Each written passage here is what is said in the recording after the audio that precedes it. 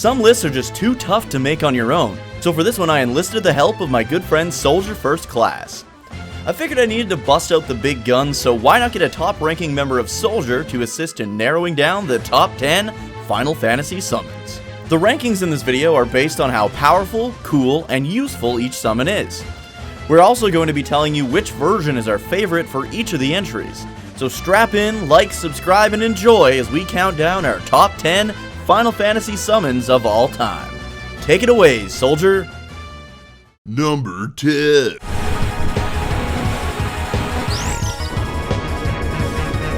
Final Fantasy VIII features a lot of lore and hidden things to find, with the most powerful find being Eden. This Guardian Force comes in at number 10 for a few reasons. With a summon animation that is longer than this segment of the video will be, at 72.6 seconds, Eden would have placed higher on the list if it weren't for this factor. However, that doesn't stop its animation from being cool as fuck.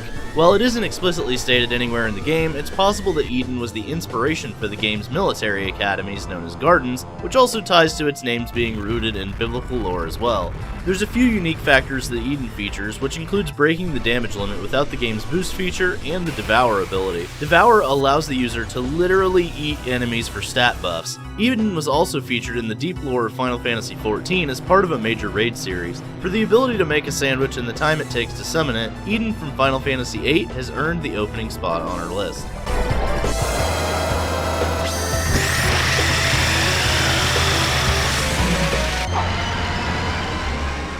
Number 9.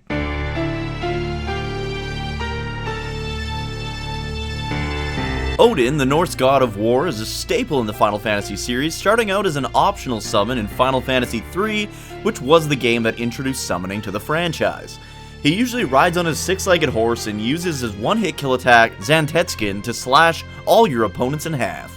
Known for either killing everyone or doing nothing at all, my favorite incarnation of Odin is in Final Fantasy VIII, where he costs no MP to summon. He shows up on his own, randomly, and kills all enemies on screen.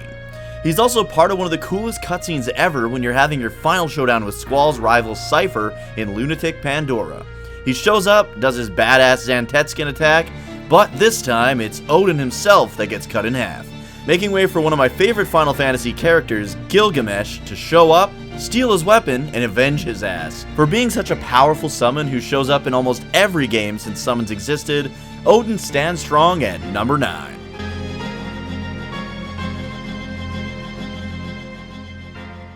Number 8.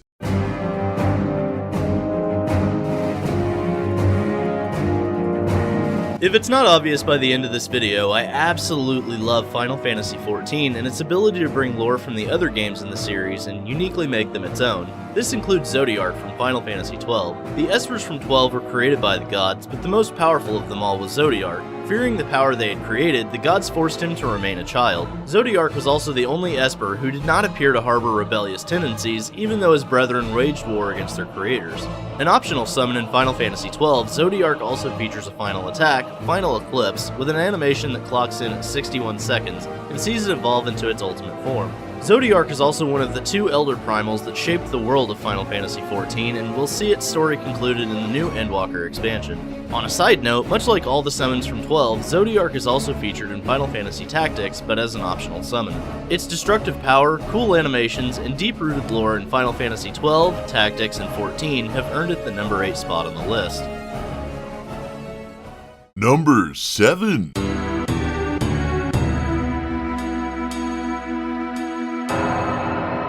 Phoenix is one of the most useful summons in the entire franchise. Having the ability to revive every party member while dealing damage to the enemy is what sets Phoenix above its competitors.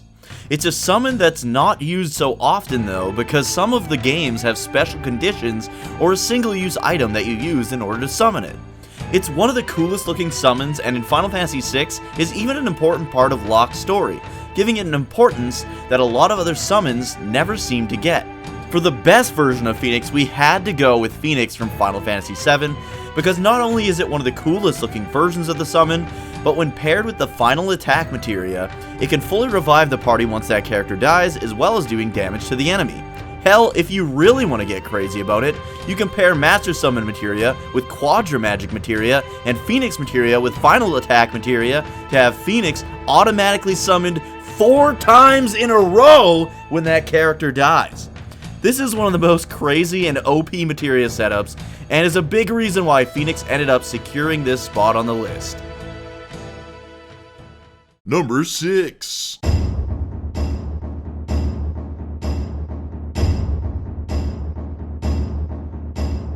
One of my favorite summons of all time, Knights of the Round from Final Fantasy VII is also one of the most powerful on this list. Unfortunately, to see that power, you have to wait through a summon animation that clocks in at over 1 minute and 20 seconds, which is why it's only at number 6. Rooted deep in King Arthur lore, Knights of the Round is literally King Arthur and his 12 Knights of the Round Table, and feature the weapons they were known for. The final stage of the attack sees King Arthur himself raise the legendary Excalibur and deliver the final blow. This summon is so insanely powerful it's used in many strategies for taking down the game's super bosses, Ruby and Emerald Weapon. Obtainable via the Golden Chocobo breeding method, Knights of the Round is also super tedious to get, which is another reason it didn't quite make it into the top 5. However, the tedious bits are well worth it, as you bitch slap every single encounter you'll ever get into in the game after obtaining it, and for this reason, it's earned its number 6 spot on the list. Number 5.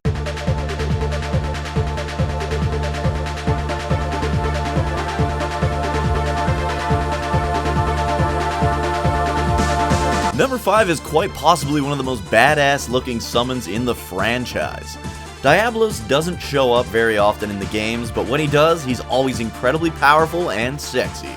First appearing as an optional boss fight and summon in Final Fantasy VIII, you'd better be well prepared before using the magical lamp, because it doesn't matter what your stats are, this dude deals damage based on a percentage of your HP. Have 8,000 hit points? Not a problem for Diablos, as he casts Gravaja, instantly dropping your HP down to 4,000. This demonic dude shows up in later remakes and ports of Final Fantasy VI, along with Final Fantasy XI, 12, 14, and Type O.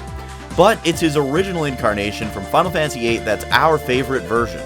I still remember the first time getting the magical lamp and wondering what it does, only to use it, end up in Diablos' dark dimension, getting fucked simultaneously in every orifice. For being a challenging boss fight as well as a great summon who offers up some of the best abilities for the player to unlock, Diablos stands strong at number 5.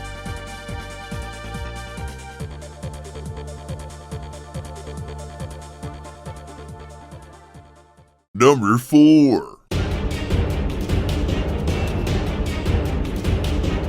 When we talk about raw power, it's hard to leave Anima out of that conversation. Coming in at number 4 on the list, Anima also happens to be one of my personal favorites. Complete with a design straight out of a horror film and a chilling backstory that has deep ties to the lore of Final Fantasy X, this summon also features one of the most powerful ultimate attacks, or overdrives, in the entire game. I mean, it's called Oblivion, and it's gonna do more than steal your sweet roll.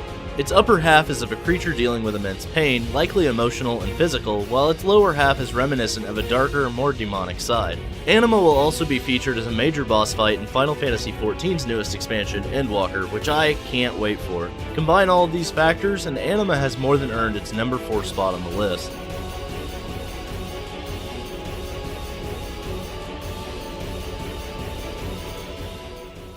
Number 3.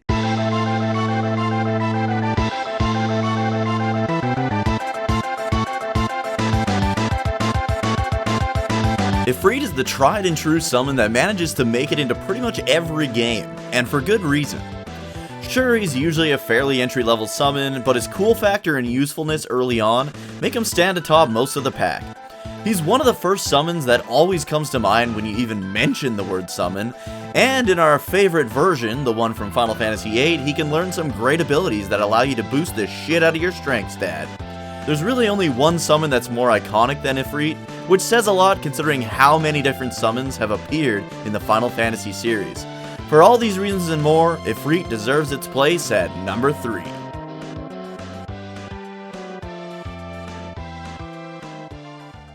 Number 2.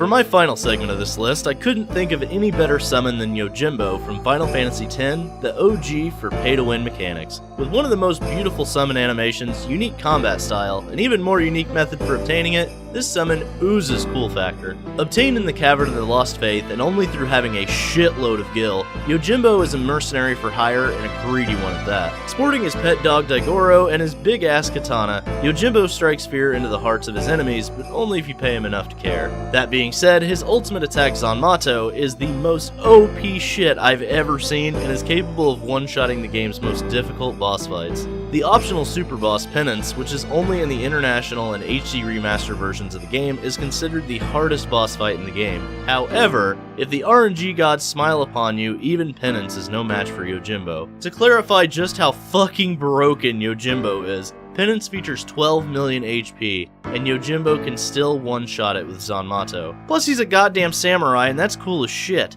It's for this reason that Yojimbo has earned his rightful place at number 2.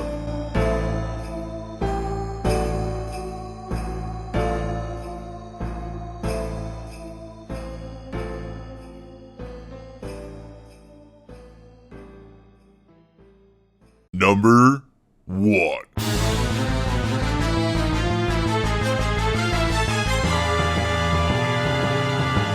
Remember when I said there was only one summon more iconic and memorable in the series than Ifrit? Well, that would be our boy Bahamut himself. This dude has been around since Final Fantasy I as the King of the Dragons. He's been important even before summons existed in the franchise, and he's almost always one of the most powerful summons in each game. Hell, Bahamut's so likable that in Final Fantasy VII there are 3 versions of this dude. Out of all the different versions and variations of this guy, our favorite has to be from Final Fantasy X, where not only does he have the best design, but is also a very important part of the story.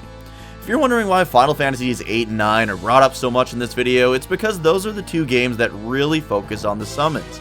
Sure, Final Fantasy IX has a very summoner-centric plot, but that's nothing compared to Yuna's journey in 10, as well as the abilities and how summons can be used in both 8 and 10. In Final Fantasy VIII, you gain all of your abilities and stat bonuses from the summons, not to mention it has one of the biggest cast of summons out of the entire series. In Final Fantasy X, you get full control of your summons in battle, allowing them to learn spells, do regular attacks, and of course their finishing attacks known as overdrives.